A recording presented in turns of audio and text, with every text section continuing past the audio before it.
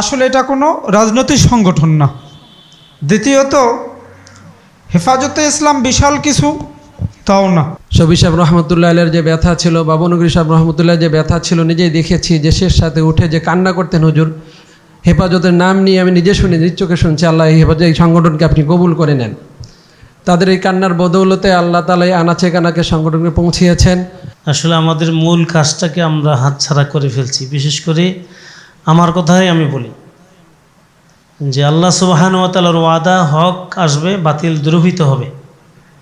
এখন দেখেন আপনি মক্তব মাদ্রাসা যে যেটাতেই খেদমতে আসি, কোনোটাও কিন্তু ছোটো খেদমত না।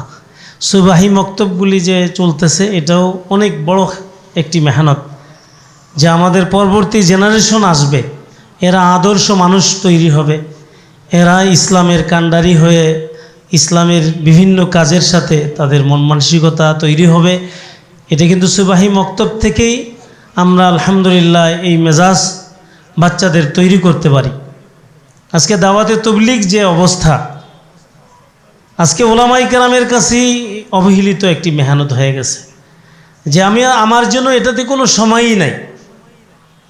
আমাদের দাওয়াতে তবলিগের ব্যানারে যে মেহনতটা সর্বস্তরের মানুষের উপরে, এই মেহনতটার মেজাজটাই নষ্ট হয়ে গেছে।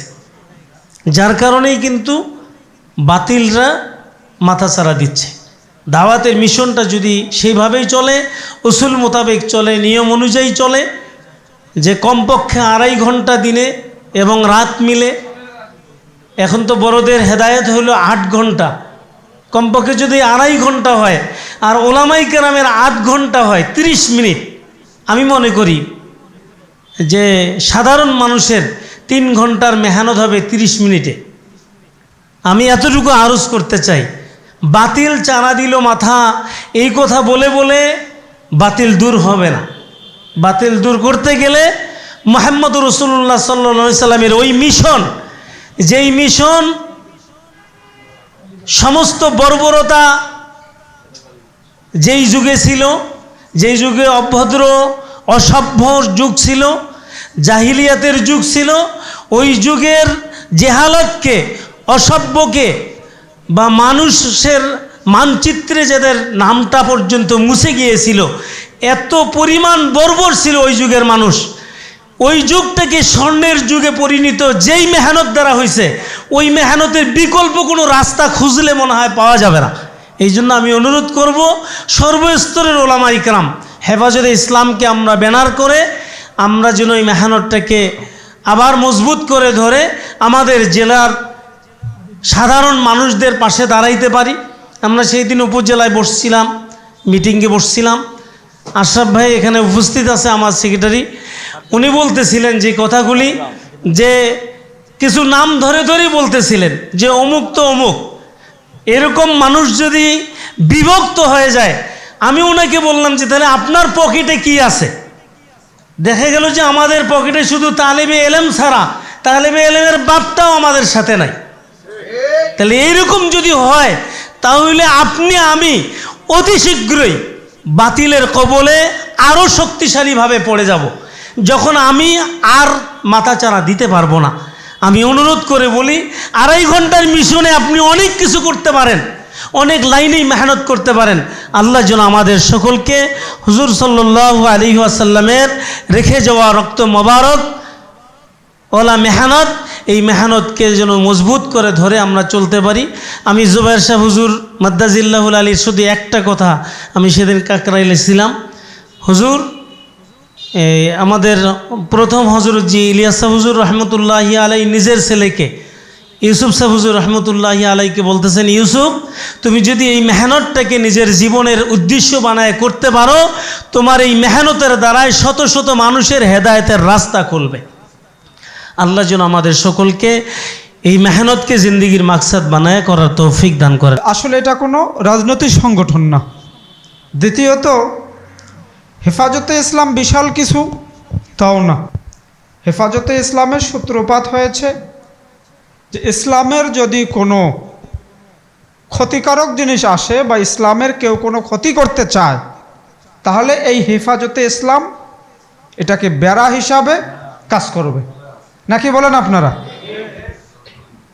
হেফাজতে ইসলাম সারা বাংলাদেশ, যেহেতু হেফাজতে ইসলাম বাংলাদেশ, এখন আমাদের কাজ হলো হেফাজতে ইসলাম বাংলাদেশ লালমনিরহাট জেলা শাখা। তাহলে আমাদের কাজ কি এখন? লালমনিরহাট জেলা, নাকি বলেন আপনারা? এখন আমাদের লালমনিরহাট জেলায় কোথায় কি চলছে এটা আমাদের খবরাখবর রাখার দরকার আছে না নাই? অনেক কাজ আছে যে কাজগুলি ইসলামের ক্ষতি কম করে, কিছু কাজ আছে এটা ইসলামের খুব বেশি ক্ষতি করে। কেমন সেটা? কেউ যদি ইসলামের নাম দিয়ে কিছু করে তাহলে এটা ইসলামের বেশি ক্ষতি না কম ক্ষতি? বেশি ক্ষতি। যে জিনিসটা আমাদের এলাকায় আগে ছিল না এখন এসেছে, অন্য কোন জেলায় থানায় আসছে কিনা তা জানি না, আমাদের লালমনিরহাট জেলা কালীগঞ্জ উপজেলায় একটা জিনিস খুব বেশি দেখা দিছে। সে জিনিসটা আপনারা অনেকেই অবগত আছেন। আমরা বলি হলো ইসলাম আর ওনারা বলে ইসলাম। এটার নাম কি? কি নাম? ও তাহলে আপনাদেরও নলেজে আছে কিছুটা, যেহেতু নামটা জানা আছে তাহলে কিছুটা ফিতনা আপনাদের এলাকায়ও আছে। বিশেষ করে আমাদের শিয়াল খাওয়ার পাশেই দহুলি একটা জায়গার নাম, চলবলা ইউনিয়ন, সেখানে খুব বেশি কাজ করতেছে তারা। বিশেষ করে যুবকদেরকে এমনভাবে বেড়াইছে তারা কিছুতেই এখান থেকে ফিরতে রাজি না। অনেক আলেম ওলামা পর্যন্ত ওনাদের সঙ্গে কথা বলেছেন, তারা আলেমদের সঙ্গে রাব ব্যবহার করতেও রাজি। তাহলে জিনিসটা চূড়ান্ত পর্যায়ে গেছে কি যায় নাই? আমাদের হেফাজতে ইসলাম বাংলাদেশ সারা জেলার আলেম ওলামা আজকে এখানে উপস্থিত। যেহেতু আমাদের এটার নাম হলো হেফাজতে ইসলাম, আমি ঊর্ধ্বতন কর্তৃপক্ষ এখানে যারা আছেন এবং আমার জানা মতে ঢাকারও মেহমান আসছেন, আপনারা পরামর্শ করে দেখেন যে এই ব্যাপারে কোন জিনিসটা করলে ভালো হবে। এটা সেমিনার করলে এই বিষয়ে ভালো হবে, কেন এই যুবকদেরকে তো আমাদেরকে ফিরাইতেই হবে। যদি ফিরানো না যায় কিন্তু অগ্রসর হইতে তো দেওয়া যায় না, কি বলেন? যারা গেছে এরা ফিরলো না, কিন্তু যদি আমরা কোনো ব্যবস্থা না নেই তাহলে তো এটা অগ্রসর হবে, সামনে বাড়তেই থাকবে।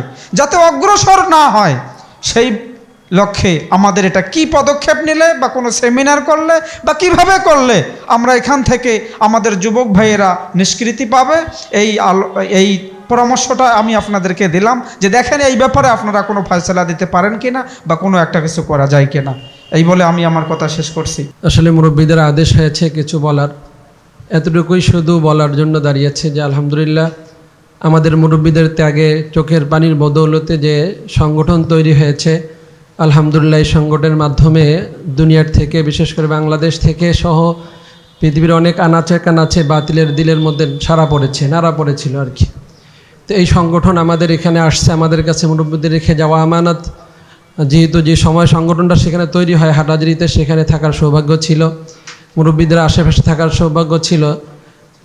এই সংগঠনকে নিয়ে যে হুজুরের যে ব্যথা ছিল, শফি সাহেব রহমতুল্লাহ আলের যে ব্যথা ছিল, বাবনগরী সাহেব রহমতুল্লাহ যে ব্যথা ছিল, নিজেই দেখেছি যে শেষ সাথে উঠে যে কান্না করতেন হুজুর।